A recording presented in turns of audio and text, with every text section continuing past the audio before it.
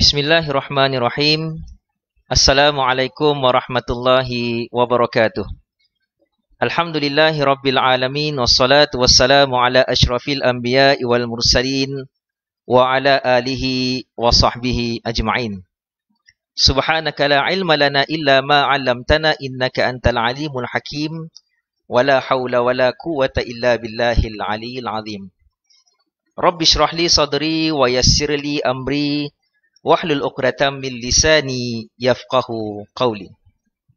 Alhamdulillah, segala puji bagi Allah Subhanahu wa taala.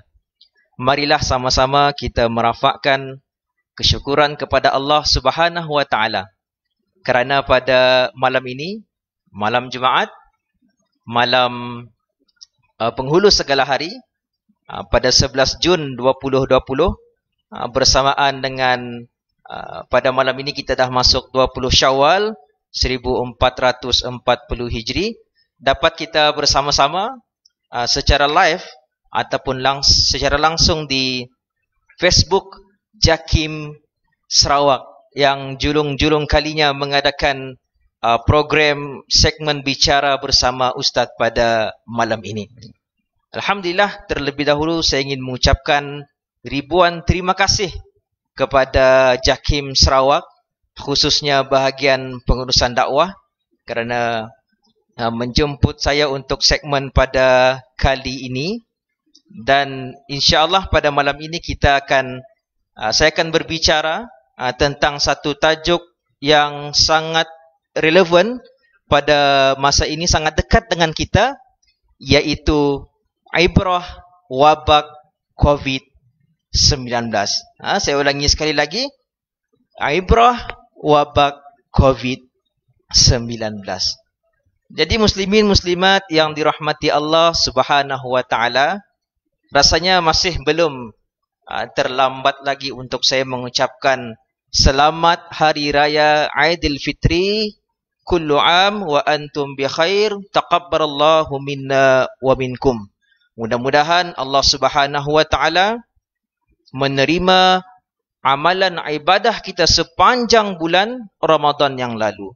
Pada bulan Ramadan yang lalu, kita telah berpuasa di dalam satu keadaan yang cukup mencabar kerana negara kita, bukan sahaja negara kita, tetapi seluruh dunia telah terkena dengan jangkitan COVID-19 ini. Jadi mudah-mudahan Allah Subhanahu wa taala menerima amalan puasa kita, tadarus kita, solat sunat tarawih yang kita kerjakan pada tahun ini sangat berlainan daripada tahun-tahun yang lalu. Kerana pada tahun ini, pada bulan Ramadan pada tahun ini, kita tidak dibenarkan untuk sembahyang tarawih di masjid. Tetapi kita boleh menunaikan solat sunat tarawih bersama dengan keluarga. Itulah antara pengajaran ataupun hikmah yang dapat kita perolehi daripada wabak COVID-19 ini. Dan pada bulan Ramadan yang lalu juga kita dihangatkan dengan tadarus yang kita adakan secara online, yang saya rasa kali pertama kita adakan. Jika sebelum ini kita boleh bertadarus secara berjamaah di surau, di masjid bersama dengan keluarga dan sebagainya, tetapi kelainan pada kali ini kita adakan secara online. Ada yang online melalui WhatsApp, ada yang di Facebook, Google Meet, Zoom dan sebagainya. Jadi kita gunakan platform dalam talian ataupun online untuk kita mengejar pahala dan juga kebaikan daripada Allah Subhanahu wa taala. Dan mudah-mudahan pada bulan Ramadan yang lalu, muslimin muslimat yang dirahmati Allah, kita dianugerahkan dengan satu malam yang lebih baik daripada 1000 bulan, yaitu Lailatul Qadar, insya-Allah. Amin ya rabbal alamin.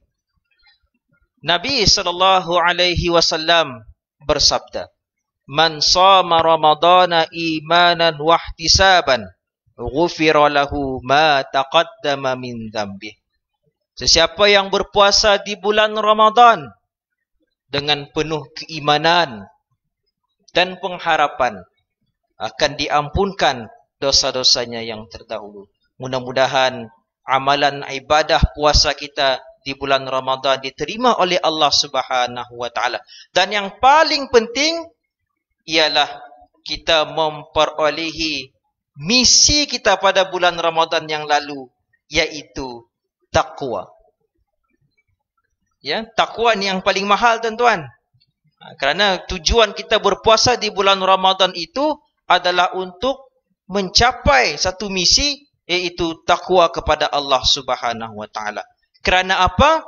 Takwa inilah yang akan menjadi bekalan kita di akhirat kelak. Firman Allah Subhanahu wa taala, "Wa tazawwadu fa inna khairaz zadit taqwa." Berbekallah, kerana bekalan yang paling bernilai, yang paling baik adalah takwa kepada Allah Subhanahu wa taala. Oleh itu, tuan-tuan, jangan sahaja kita lakukan amalan-amalan sebagai contoh, kita sembahyang berjemaah, sembahyang fardu berjemaah di bulan Ramadan. Kita bertadarus Al-Quran di bulan Ramadan.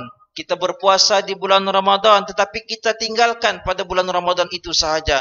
Akan tetapi, kita berazamlah dengan bersungguh-sungguh.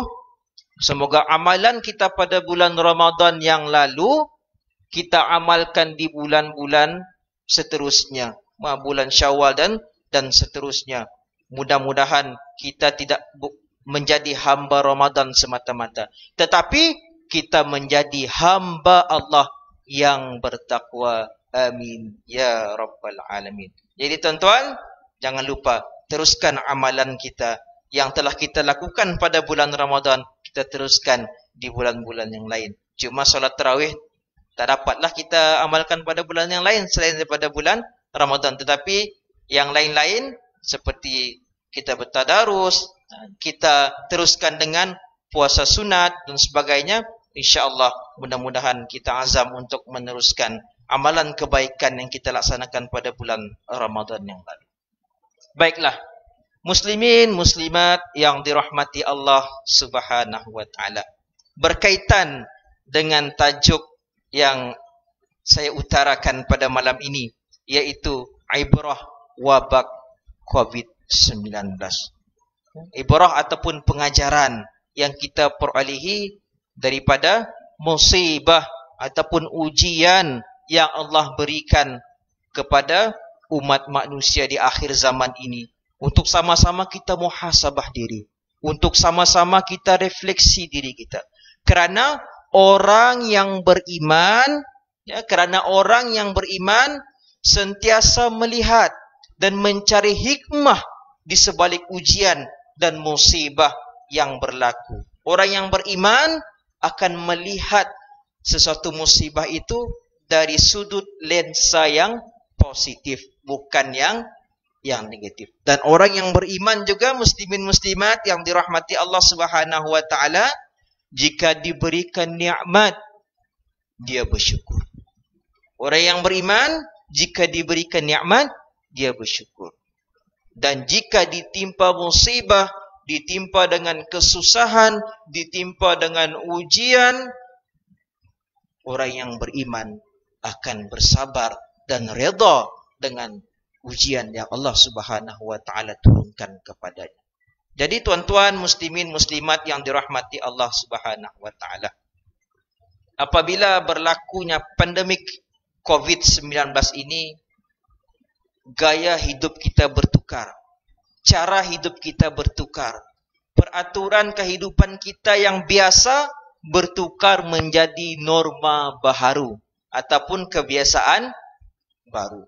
Jika sebelum ini kita pergi ke kedai, kita boleh masuk terus melalui pintu kedai, masuk ke kedai dan beli barang, shopping dan sebagainya. Tetapi dengan norma baharu ini, kita kena cek suhu, kita kena daftar nama, kita kena bagi nombor telefon dan sebagainya untuk kita taat kepada ataupun mengikuti kepada SOP ataupun garis panduan yang ditetapkan. Dan ada beberapa garis panduan yang telah ditetapkan bagi norma baharu ataupun kebiasaan baru ini, yaitu kita kalau berada di luar kena pakai face mask, penutup muka. Dan juga kita kena jaga penjarakan sosial sekurang-kurangnya 1 meter. Tak boleh nak berkumpul ramai-ramai. Nanti kalau kita berkumpul ramai-ramai, maka cepatlah virus ataupun COVID-19 ini merebak kepada komuniti ataupun masyarakat kita. Dan seterusnya ialah selalulah membasuh tangan dengan hand sanitizer ataupun menggunakan sabun. Ya, selalulah kalau kita berada di pejabat dan balik ke rumah, sebelum kita pegang anak kita, sebelum kita pegang isteri kita, pegang keluarga kita, basuh dulu, basuh tangan, bersihkan diri. Ya, mudah-mudahan keluarga kita terselamat daripada wabak COVID-19 ini. Dan kita kena elak 3C. Apa dia muslimin muslimat yang dirahmati Allah 3C ini? Yang pertama adalah kita kena elak crowded places. Ataupun dalam bahasa Melayunya, kawasan yang sesak. Ya, kita kena elak diri kita, keluarga kita daripada pergi ke tempat yang ramai orang. Yang kedua, confined spaces, yaitu tempat yang sempit. Dan yang ketiga adalah elakkan diri kita daripada close conversation, ataupun dalam bahasa Melayunya perbualan jarak dekat. Jadi kita kena jaga penjarakan sosial yang telah pun diwar-warkan, yang telah ditetapkan oleh KKM, iaitu sekurang-kurangnya 1 meter. Jadi mudah-mudahan dengan adanya kita menggunakan face mask, penjarakan sosial, kita guna hand sanitizer, dapat mengelakkan diri kita daripada jangkitan COVID-19 ini. Baiklah, muslimin muslimat yang dirahmati Allah Subhanahu wa taala. Dalam satu hadis Nabi sallallahu alaihi wasallam, Usamah bin Zaid yuhaddithu Sa'dan 'anil Nabi sallallahu alaihi wasallam annahu qala idza sami'tum bit-ta'uni bi ardin fala tadkhuluha wa idza waqa'a bi ardin wa antum biha fala takhruju minha. Maksudnya Sayyidina Usamah bin Zaid radhiyallahu anhu pernah menceritakan kepada Sa'ad bahawa Rasulullah sallallahu alaihi wasallam bersabda, sekiranya kamu mendengar tentang penyebaran wabak di sesuatu tempat, maka janganlah kamu masuk.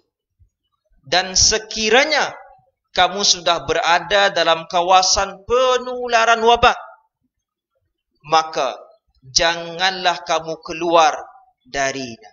Hadis Sahih Al-Bukhari. Apa pengajaran yang kita perolehi daripada hadis baginda Nabi sallallahu alaihi wasallam yang telah saya bacakan tadi? Antara hikmah hadis ini adalah, yang pertama adalah menjauhi sebab-sebab yang boleh membinasakan manusia. Yang kedua, mengutamakan kesihatan, yang mana ia adalah asas dalam kehidupan manusia. Juga kalau kita lihat di dalam hadis Nabi sallallahu alaihi wasallam yang lain berkaitan dengan 5 perkara sebelum 5 perkara, yaitu berkaitan dengan sehat sebelum sakit. Jadi muslimin dan muslimat yang dirahmati Allah Subhanahu wa taala, jagalah kesihatan. Kerana dengan sihat inilah kita boleh beribadat kepada Allah Subhanahu wa taala. Memaksimalkan ibadat kita kepada Allah Subhanahu wa taala. Jika kita sakit kelak, ya, jadi tenaga kita terhad, kesihatan kita tidak baik, maka semakin kuranglah ya kesihatan kita. Jadi kita tidak dapat melakukan ketaatan kepada Allah Subhanahu wa taala. Jadi masa sihat inilah kita memaksimalkan tenaga yang kita ada untuk kita dekat kepada Allah Subhanahu wa taala. Yang ketiga, larangan menjauhi udara yang telah dicemari kerana dibimbangi akan lebih ramai lagi yang sakit. Hikmah yang keempat, menjarakkan diri dari dari orang yang terkena penyakit sekaligus menjadi langkah pencegahan dan penyebaran wabak. Seperti norma baharu yang kita lalui ketika inilah, ya, kita menjaga social distancing ataupun penjarakan sosial ini sekurang-kurangnya 1 meter. Dan yang kelima, hikmah daripada hadis Nabi SAW ini ialah menyelamatkan diri kita dari kebergantungan kepada kepercayaan yang salah. Jadi muslimin muslimat yang dirahmati Allah Subhanahu wa taala, apabila kita ditimpa dengan musibah, ditimpa dengan ujian daripada Allah Subhanahu wa taala, siapakah, di manakah tempat yang kita berharap adalah hanyalah kepada Allah Subhanahu wa taala dan bukanlah benda-benda yang lain. Kerana penyakit itu, ujian itu datangnya daripada Allah Subhanahu wa taala, dan siapa yang menyembuhkan penyakit? Hanya Allah Subhanahu wa taala. Jadi jangan kita percaya perkara-perkara yang tahyul dan sebagainya yang boleh mensyirikkan kita, mensyirikkan Allah Subhanahu wa taala, tetapi sama-samalah kita berdoa kepada Allah Subhanahu wa taala, mudah-mudahan dijauhkan diri kita daripada musibah, ataupun kita ini daripada sakit diberikan kesembuhan oleh Allah Subhanahu wa taala. Jadi alhamdulillah muslimin muslimat yang dirahmati Allah, wabak ini telah pun dapat dibendung. Ya, wabak COVID-19 ini dapat dibendung dengan sebaiknya, dan kini negara kita memasuki fasa pemulihan. Jadi setelah kerajaan mengumumkan Perintah Kawalan Pergerakan PKP pada 18 Mac yang lalu, sehinggalah diumumkan pula PKPB, Perintah Kawalan Pergerakan Bersyarat. Kalau mau dihitung harinya, dah 84 hari daripada PKP ke PKPB. 84 hari. Dan baru-baru tu kerajaan mengumumkan untuk melaksanakan PKPP, Perintah Kawalan Pergerakan Pemulihan, yang bermula pada 10 Jun hingga 31 Ogos 2020. Sama-samalah kita zahirkan ucapan syabas dan tahniah kepada petugas barisan hadapan ataupun frontliner ini yang telah melaksanakan tugas dengan cemerlang. Mudah-mudahan apa usaha yang telah dilaksanakan oleh kerajaan ini dapat membendung daripada merebaknya lagi wabak COVID-19 ini. Muslimin muslimat yang dirahmati Allah Subhanahu wa taala, sebenarnya ada satu hadis Nabi SAW yang memuji mereka yang berada di barisan hadapan ataupun frontliner ini, yang menjaga kesihatan rakyat, yang menjaga keselamatan rakyat, yang bertungkus lumus sejak daripada penularan wabak ini, yaitu Ani bin Umar radhiyallahu anhuma anna an-nabiy sallallahu alaihi wasallam qala ala unabbiukum bilailatin afdal min lailatil qadr harisun harasa fi ardi khaufin la'allahu alla yarji'a ila ahli. Maksudnya daripada Abdullah ibn Umar radhiyallahu anhu, sesungguhnya Nabi sallallahu alaihi wasallam pernah bertanya, hendaklah aku khabarkan tentang satu malam yang lebih baik dari Lailatul Qadar, yaitu malam seorang lelaki yang berkawal di kawasan yang menakutkan dan berkemungkinan dia tidak mampu pulang ke pangkuan keluarganya. Mustadrak Al-Hakim. Ya, hadis ini menurut Al-Hakim adalah sahih berdasarkan syarat Al-Bukhari. Apa ulasan daripada hadis ini muslimin muslimat yang dirahmati Allah Subhanahu wa taala? Ya, perhatikan di sini bahawa baginda Nabi sallallahu alaihi wasallam memuji mereka yang menjaga keselamatan tanah air. Dalam keadaan kita berada di rumah, tetapi mereka berjuang di luar sana. Tidak mengenal erti penat lelah siang malam dengan keadaan cuaca yang tidak menentu, dengan berpanas, hujan, tidak dapat balik ke rumah berjumpa dengan keluarga.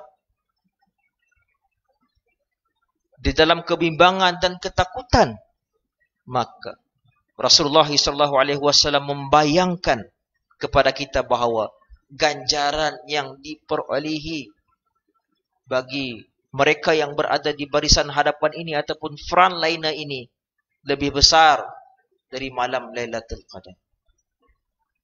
Masya Allah. Wajarlah kita mengucapkan syukur kepada Allah Subhanahu wa taala. Karena tanpa frontliner ini, tanpa petugas barisan hadapan ini, siapalah lagi yang bertanggungjawab untuk menjaga keamanan, kesehatan, kesejahteraan, terutamanya rakyat Malaysia. Muslimin muslimat yang dirahmati Allah Subhanahu wa taala, kita melihat di sepanjang PKP ataupun dah masuk ke PKPB dan kita berada di fasa pemulihan PKPB ini, kalau kita lihat situasi kita di negeri Sarawak tu, kalau dalam masa PKP ataupun PKPB kita dibenarkan untuk menunaikan solat secara berjemaah di surau ataupun di masjid. Ya, tapi kini di negeri kita di Sarawak, masjid dan surau dah boleh melaksanakan solat Jumaat dan solat fardu, tetapi ada syarat-syaratnya, ada SOP-nya, ada garis panduan yang perlu dipatuhi, yang mana mengikut antaranya adalah jemaah yang hadir untuk sembahyang di masjid dan surau ikut kepada bilangan yang telah ditetapkan sebagaimana yang telah diumumkan oleh yang di-Pertua Majlis Islam Sarawak pada hari Isnin yang lepas. Jadi apa yang patut jemaah yang datang ke masjid ataupun surau tu mestilah berdisiplin dan patuh taat dengan SOP yang telah ditetapkan oleh pihak yang berwajib. Ya, sebagai contoh, kami ambil contoh yang masjid, ya, masjid negeri contohnya. Masjid negeri mun solat Jumaat 100 orang. 100 jemaah boleh solat Jumaat di masjidnya. Mun solat 5 waktu 40 orang. Mun di masjid bahagian solat Jumaat 50 orang, solat 5 waktu 40 orang, sama juga dengan masjid daerah dan juga masjid daerah kecil. Mun masjid karya, solat Jumaat 40 orang dan solat 5 waktu 40 orang, surau berjumaat, solat Jumaat 40 orang, solat 5 waktu 20 orang, dan di masjid tanpa skim dan juga surau, solat fardu berjemaah 20 orang yang ditetapkan. Jadi mesti ikutlah kepada apa yang telah SOP ataupun garis panduan yang telah ditetapkan oleh pihak kerajaan.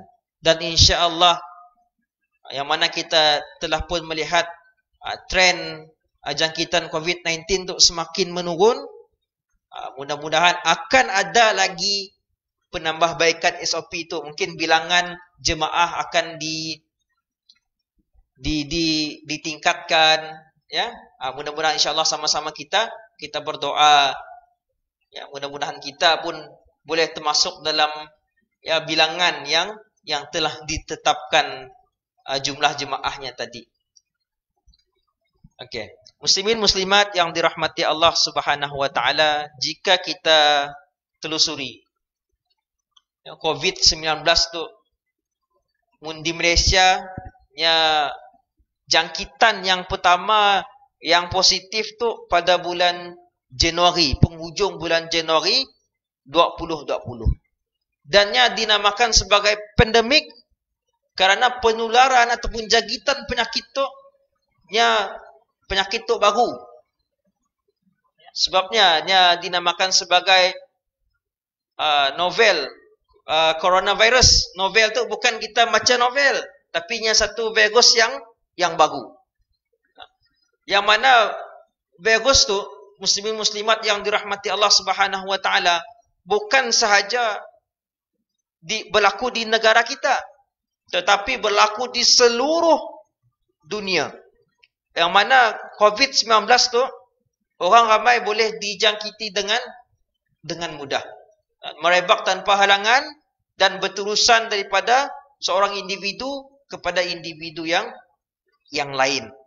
Jadi pandemik tu dah menyebabkan ratusan ribu meninggal dunia. Termasuklah di negara kita dah ribuan dah yang meninggal dunia. Jadi ia membawa kesan negatif terhadap sektor global seperti ekonomi, pendidikan, pengangkutan, sukan dan pelancongan. Untuk pendidikan sekolah siapa dibuka?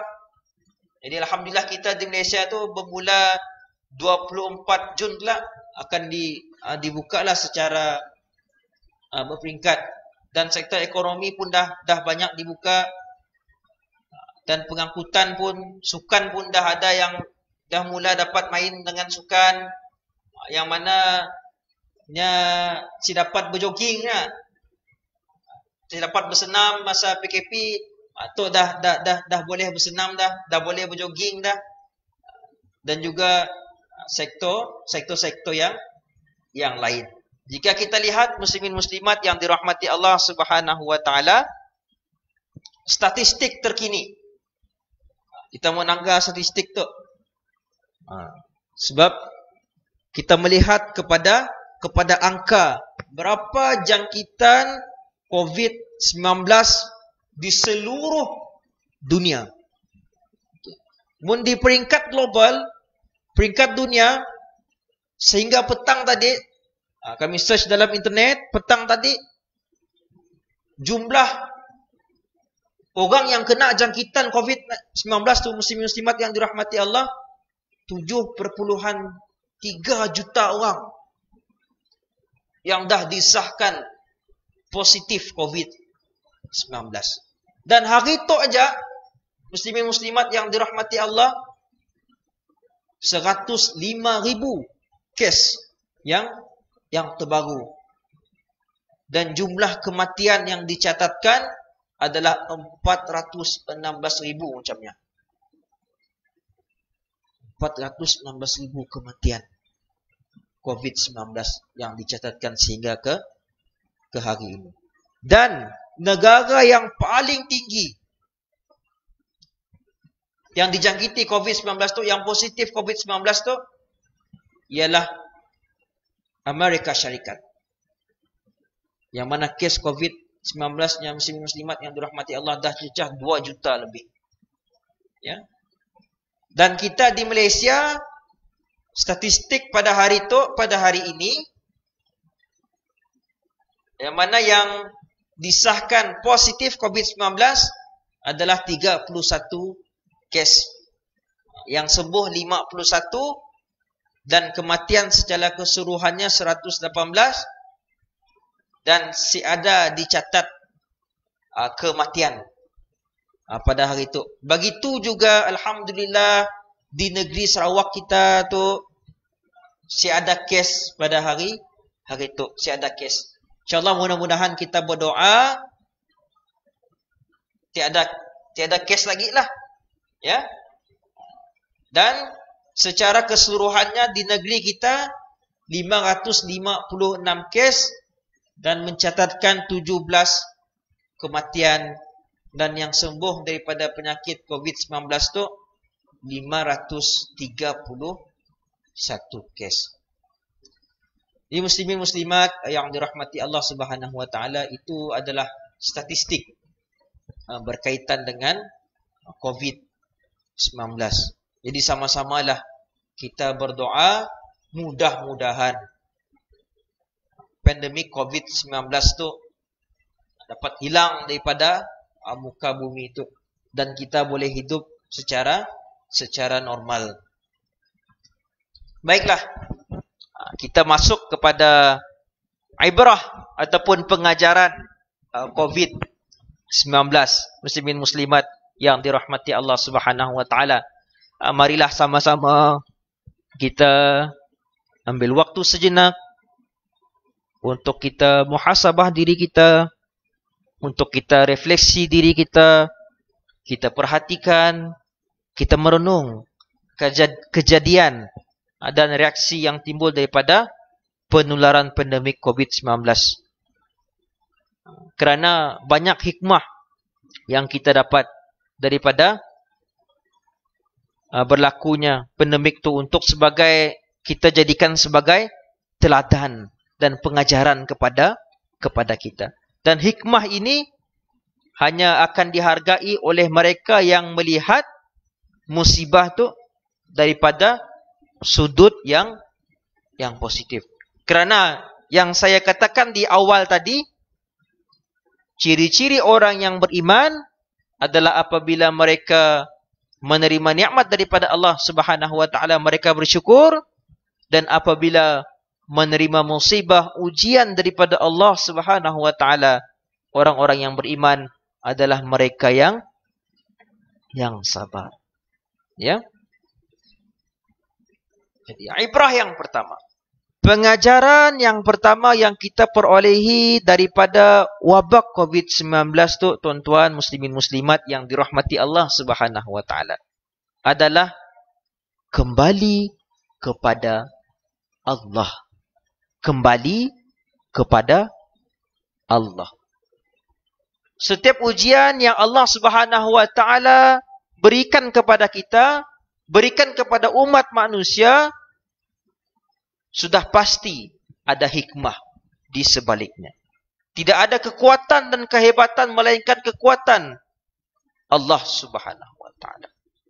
Sehebat manapun kita, secanggih manapun teknologi yang kita ada, kita tetap tidak sama sekali dapat menolak kehebatan Allah Subhanahu wa taala. Jadi apabila ditimpa musibah, semakin dekatlah diri kita dengan Allah Subhanahu wa taala. Saya bacakan satu hadis Nabi sallallahu alaihi wasallam, an Anas qala Rasulullah sallallahu alaihi wasallam, inna 'idhamal jazaa'i ma'a 'idhamil bala' wa inna Allaha idza ahabba qauman ibtalahum faman radiya falahu ar-ridha wa man sakhita falahu as-sakhat. Maksudnya daripada Anas radhiyallahu anhu, Rasulullah sallallahu alaihi wasallam bersabda, sesungguhnya besarnya ganjaran pahala seseorang itu datang bersama besarnya ujian bala terhadapnya. Dan sesungguhnya sekiranya Allah menyayangi sesuatu kaum, maka dia akan menimpakan, maksudnya Allah Subhanahu wa taala akan menimpakan kaum itu dengan ujian. Andainya mereka redha dengan ujian tersebut, maka dia akan mendapat keridhaan Allah Subhanahu wa taala. Namun sebaliknya, jika mereka marah dengan ujian dan bala tersebut, maka dia akan ditimpa kemarahan dari Allah Azza wa Jalla. Muslimin muslimat yang dirahmati Allah, di dalam Al-Quran Allah Subhanahu wa taala mendidik kita. Mendidik kita agar menjadikan satu musibah yang berlaku itu sebagai ruang untuk kita kembali kepada Allah Subhanahu wa taala. Mereka seharusnya melihat bala ini sebagai satu ujian yang menunjukkan Allah Subhanahu wa taala sebenarnya sayang kepada kita. Firman Allah Subhanahu wa taala, وَلَقَدْ أَرْسَلْنَا إِلَىٰ أُمَمٍ مِّن قَبْلِكَ فَأَخَذْنَاهُمْ بِالْبَأْسَاءِ وَالضَّرَّاءِ لَعَلَّهُمْ يَتَضَرَّعُونَ فَلَوْلَا إِذْ جَاءَهُمْ بَأْسُنَا تَضَرَّعُوا وَلَكِنْ قَسَتْ قُلُوبُهُمْ. Shadaqallahul Azim. Dan demi sesungguhnya kami telah utuskan Rasul kepada umat yang terdahulu. Maka kami uji mereka dengan kebuluran dan penyakit. Supaya mereka berdoa kepada kami. Dengan merendah diri. Dengan insaf. Dan bertaubat. Maka alangkah baiknya andai mereka berdoa kepada kami dengan merendah diri. Dengan insaf dan bertaubat kepada Allah Subhanahu wa taala. Karena mereka ditimpa azab kami. Tetapi yang sebenarnya hati mereka keras. Surah Al-An'am ayat 42. Kita perhatikan daripada hadis Nabi SAW dan firman Allah Subhanahu wa taala yang telah saya bacakan tadi. Bagaimana Allah Subhanahu wa taala menguji kaum terdahulu dengan kesusahan dan penyakit agar mereka kembali kepada Allah Subhanahu wa taala. Allah uji dengan musibah. Allah uji dengan kepayahan. Allah uji dengan kesusahan. Sebenarnya ada hikmah di sebaliknya supaya kita lebih dekat kepada Allah Subhanahu wa taala. Kita manusia itu muslimin muslimat yang dirahmati Allah. Jika kita diberikan dengan harta, kita diberikan dengan duit yang banyak, kita lalai, kita tamak, kita tidak bersyukur. Tetapi Allah memberi ujian kepada kita. Allah tarik harta kita. Allah tarik nikmat sihat kita. Allah tarik nikmat kelapangan kita. Supaya kita dekat dengan Allah Subhanahu wa taala. Maka beruntunglah mereka yang diuji oleh Allah. Kerana semakin diuji, semakin dekat dengan pencipta. Semakin dekat dengan Khalik. Semakin dekat dengan Rabbul Jalil. Baiklah. Muslimin muslimat yang dirahmati Allah Subhanahu wa taala. Ada satu doa yang diajar oleh baginda Nabi sallallahu alaihi wasallam berkaitan dengan doa ataupun zikir mengelakkan bala. Ya. Zikir mengelak bala.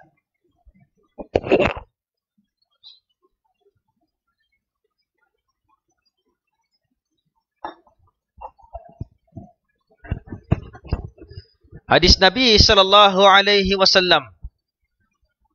Maksudnya daripada Aban bin Uthman, dia berkata, sesungguhnya aku mendengar Sayyidina Uthman radhiyallahu anhu berkata, aku mendengar Rasulullah sallallahu alaihi wasallam bersabda, barang siapa yang membaca Bismillahilladzi la yadurru ma'asmihi syai'un fil ardi wala fis samai wa huwas samiul alim, sebanyak 3 kali. Bila? Pada waktu petang dan pada waktu malam. Maka dia tidak akan ditimpa sebarang bala secara mengejut sehinggalah ke waktu pagi. Dan barang siapa yang membaca zikir ini pada waktu pagi, maka dia tidak akan ditimpa sebarang bala secara mengejut sehinggalah petang. Sunan Abu Dawud. Muslimat yang dirahmati Allah Subhanahu wa taala, zikir tu selalu didendangkan dalam bentuk nasyid. Bismillahilladzi la yadurru ma'asmihi syai'un fil ardi wala fis samai wa huwas samiul alim. Mun si dapat nak ngapal ayat ya, boleh menggunakan pakai teknik nasyid ya, supaya kita senang untuk menghafal. Okey. Daripada zikir yang diajar oleh baginda Nabi sallallahu alaihi wasallam, bismillahilladzi la yadurru ma'asmihi syai'un fil ardi wala fis sama'i wa huwas samiul alim. Menurut Al-Imam Al-Qurtubi rahimahullahu taala, semenjak dia mendengar hadis ini, dia tidak pernah meninggalkan bacaan zikir ini dan tidak ada sesuatu yang menimpanya. Maksudnya Al-Imam Al-Qurtubi setelah saja mendengar ataupun mengetahui tentang zikir ini, beliau tidak pernah tinggal. Maksudnya sentiasa dibaca pada waktu pagi dan pada waktu petang. Sehinggalah pada satu hari dia terlupa membacanya, lalu dia disengat kalajengking di Madinah. Namun setiap muslim mestilah meyakini bahawa tidak ada sesuatu yang menimpanya melainkan atas kehendak Allah Subhanahu wa taala. Jadi kita kena amalkan zikir yang sangat mudah ini, kita baca. Masukkan di dalam doa kita selepas sembahyang subuh, kita baca bismillahilladzi la yadurru ma'asmihi syai'un fil ardi wala fis sama'i wa huwas samiul alim 3 kali. Pada waktu petang selepas sembahyang asar, masukkan di dalam doa kita bismillahilladzi la yadurru ma'asmihi syai'un fil ardi wala fis sama'i wa huwas samiul alim. Insyaallah dengan izin Allah Subhanahu wa taala kita tidak akan ditimpa dengan bala. Dan ada satu doa lagi yang diajar oleh baginda Nabi sallallahu alaihi wasallam untuk memohon perlindungan dan juga daripada wabak penyakit. An Anas anna Nabi sallallahu alaihi wasallam kana yaqul, Allahumma inni a'udzu bika minal barasi wal junun wal judham wa min sayyi'il asqam. Doa ni seringkali kita dengar di televisyen, ya, di corong-corong radio yang mengingatkan kita supaya kita hafal dan baca doa ini untuk sebagai perlindungan kita daripada wabak penyakit. Daripada Anas radhiyallahu an, sesungguhnya Nabi sallallahu alaihi wasallam berdoa, ya Allah, aku berlindung denganmu daripada penyakit sopak, gila, kusta dan penyakit-penyakit yang buruk. Sunan Abu Daud. Baiklah. Berkaitan dengan hadis ini, baginda Nabi sallallahu alaihi wasallam menyatakan 3 penyakit secara spesifik. Nabi sebut satu-satu. Yaitu yang pertama adalah penyakit, kalau kita lihat doa tadi, Allahumma inni a'udzubika minal barasi, penyakit sopak, wal junun, gila, wal judham, kusta. Dan ketiga-tiga penyakit ini memberikan kesan langsung kepada tubuh manusia dan menyebabkan manusia lari daripada orang yang kena penyakit. Sebagai contoh, penyakit sopak, penyakit kulit. Ya, kita yang sehat ni pun takut orang yang terkena penyakit kulit dan kita menjauhi diri daripadanya. Begitulah kejadiannya pada penyakit-penyakit yang berlaku pada hari ini, yang mana kita kena banyakkan berdoa kepada Allah Subhanahu wa taala, ya, menjaga kebersihan, menjaga kesihatan. Mudah-mudahan kita dilindungi daripada wabak penyakit, dan amalkan doa ni. Ya, yang tadi bismillahilladzi la yadurru ma'asmihi syai'un fil ardi wala fis sama'i wa huwas samiul alim. Dan yang kedua, Allahumma inni a'udzubika minal barasi wal jununi wal judhami wa min sayyi'il asqam. Dan juga banyak lagi doa-doa yang lain yang boleh muslimin muslimat cari di dalam buku-buku, di dalam internet dan sebagainya, sebagai pelindung kita. InsyaAllah, mudah-mudahan. Di muslimin muslimat yang dirahmati Allah Subhanahu wa taala, itu baru pengajaran yang pertama, dekat kembali kepada Allah Subhanahu wa taala. Dan kita pergi ke Pengajaran yang kedua adalah taat perintah pemimpin. Hadis Nabi sallallahu alaihi wasallam an Abi Hurairah qala Rasulullah sallallahu alaihi wasallam alaika sam'a wa ta'ata fi usrika wa yusrik wa manshatika wa makrahik wa atharatin alaika. Maksudnya daripada Abu Hurairah radhiyallahu anhu, Rasulullah sallallahu alaihi wasallam bersabda, hendaklah kamu mendengar dan mentaati perintah pemimpin. Dalam keadaan susah senang, dalam keadaan kamu rela menerima perintah itu, ataupun dalam keadaan kamu mencinya, dan juga dalam hal yang mengalahkan kepentingan dirimu sendiri. Jadi hikmah daripada hadis baginda Nabi SAW ini adalah ketika tersebarnya wabak penyakit, ketika tersebarnya COVID-19 ini, kerajaan telah memerintahkan, telah pun melaksanakan perintah kawalan pergerakan, PKP. Kita kena ikut. Sebab itulah salah satu caranya yang boleh mengekang daripada COVID-19 ini menular di dalam masyarakat kita, di dalam komuniti kita, di dalam keluarga kita. Ya. Kita kena mematuhi arahan yang telah dikeluarkan oleh kerajaan dan SOP yang telah ditetapkan. Ya. Sebagai contoh, sebelum tu kita gentas daerah, antara bahagian di Sarawak tu kita kena mohon permit daripada pihak polis. Dan kini tu alhamdulillah masuk ke fasa PKPP tu dah diringankan sikit, dah perlu lagi kita mohon permit. Tapi kena disiplinkan diri kita. Ya, kena disiplinkan diri kita. Dan yang seterusnya adalah pengajaran daripada COVID-19 tu, muslimin muslimat yang dirahmati Allah Subhanahu wa taala, menyemai sifat ihsan. Saya bacakan satu hadis Nabi sallallahu alaihi wasallam daripada Abdullah bin Umar radhiyallahu an berkata, Rasulullah sallallahu alaihi wasallam bersabda, sesiapa yang menempuhi keperluan saudaranya, maka Allah akan bersamanya, membantu keperluan dirinya. Barang siapa yang melapangkan urusan kesusahan seseorang muslim, maka Allah akan melapangkan kesusahan daripada kesusahannya di hari akhirat kelak. Barang siapa yang menutup aib saudaranya, maka Allah Subhanahu wa taala akan menutup aibnya di akhirat kelak. Sahih Al-Bukhari. Kita lihat muslimin muslimat yang dirahmati Allah Subhanahu wa taala. Apabila berlaku penularan wabak COVID-19 ini dan kerajaan pun mengumumkan untuk melaksanakan PKP, PKPB dan seterusnya PKPP ini,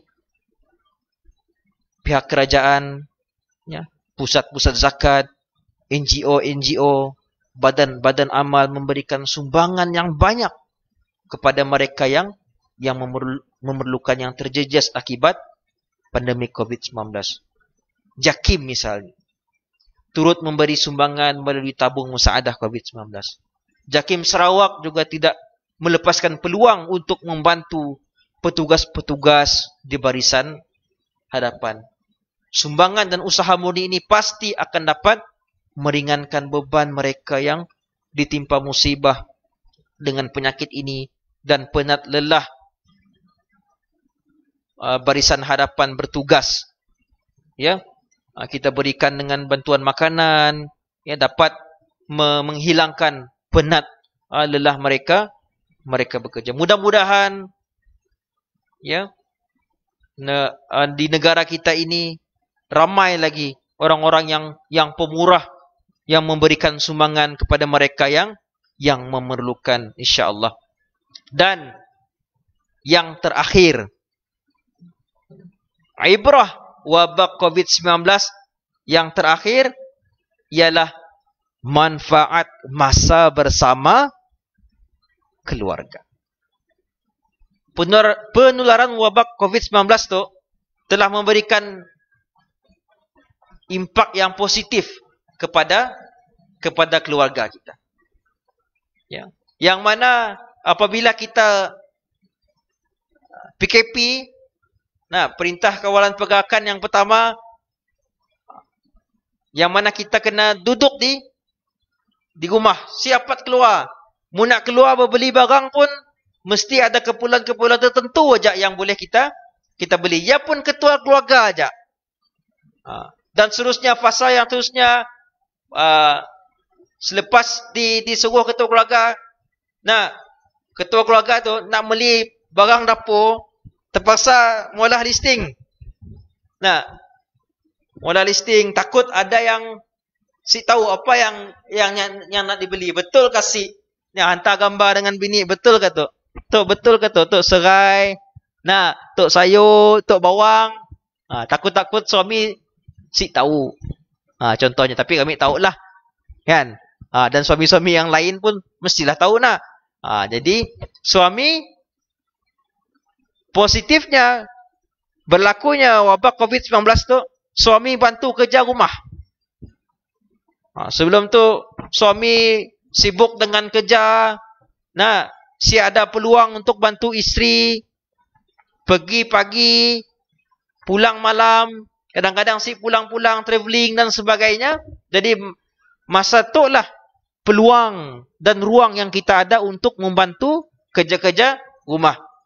Sebagaimana dalam hadis Nabi SAW, Anil Aswadi qala sa'altu Aisyata ma kana an-nabiy sallallahu alaihi wasallam yasna'u fi baitihi qalat kana yakunu fi mihnati ahli ta'ni khidmata ahli fa idza hadaratis shalah kharaja ila shalah. Maksudnya daripada Al-Aswad, aku bertanya Sayyidatina Aisyah radhiyallahu anha tentang apakah yang dilakukan oleh Rasulullah sallallahu alaihi wasallam di rumah.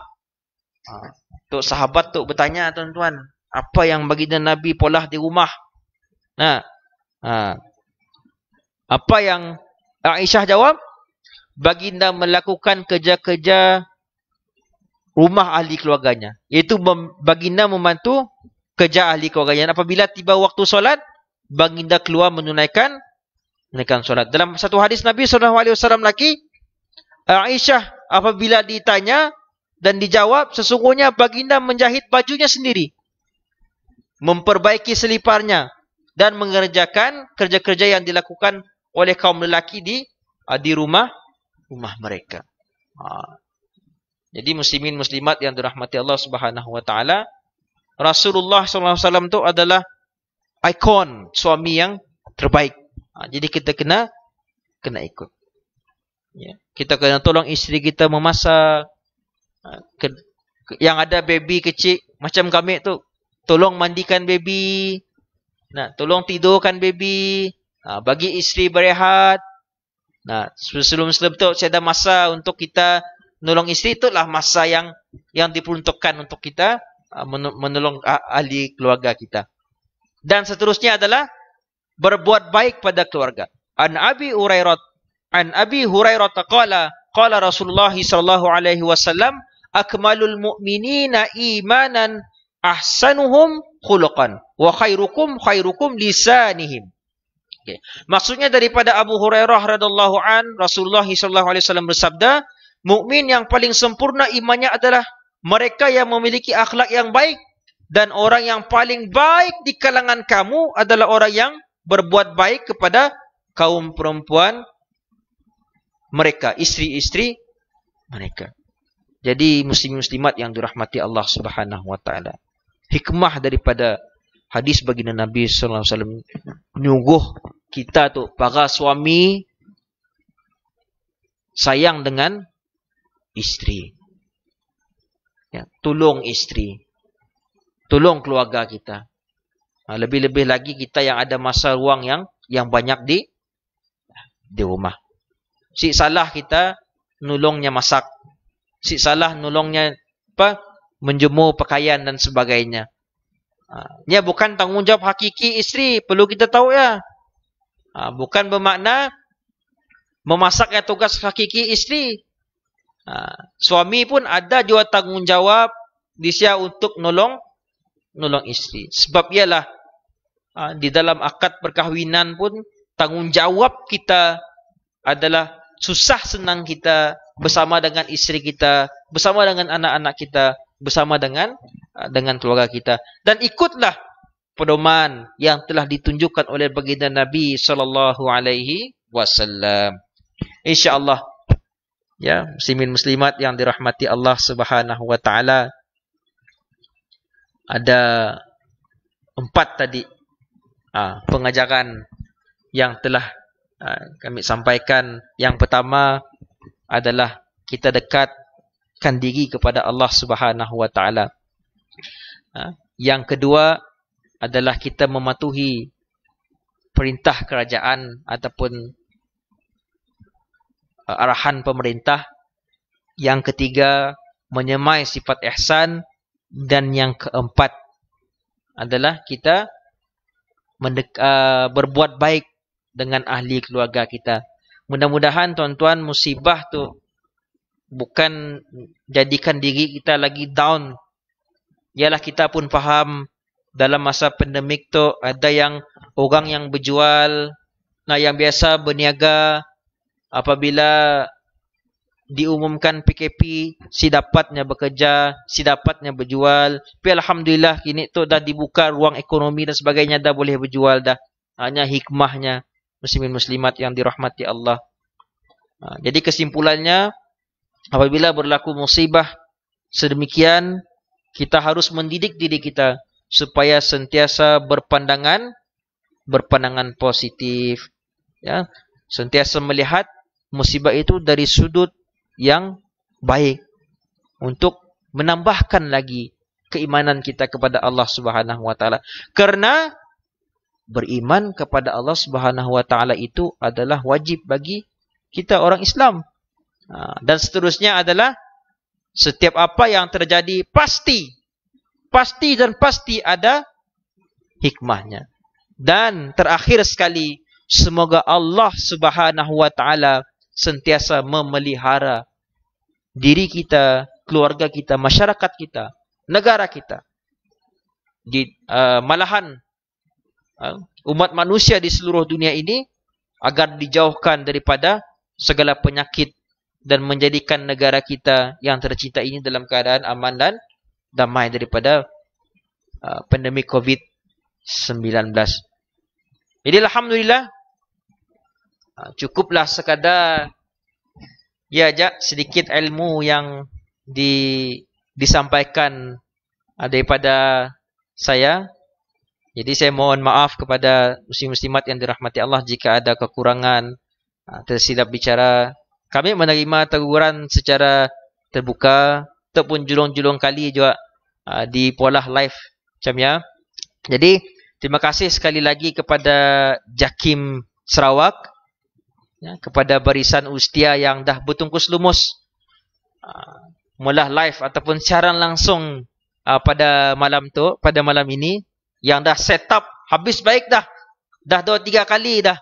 Kami dari tingkat 13 turun tingkat 9 tu nak setting semua agar semua umat masyarakat di Sarawak tu ataupun di Malaysia tu dapat nanggal live pada malam tu. Alhamdulillah berjaya juga, dan insyaAllah akan diteruskan lagi di masa-masa yang akan datang, dan semoga kita bertemu lagi di lain siaran. Dan kami tinggalkan penonton-penonton yang live pada malam tu dengan satu pantun, ya. Mun kita orang nak berjawab pantun, bolehlah komen dalam Facebook, ya.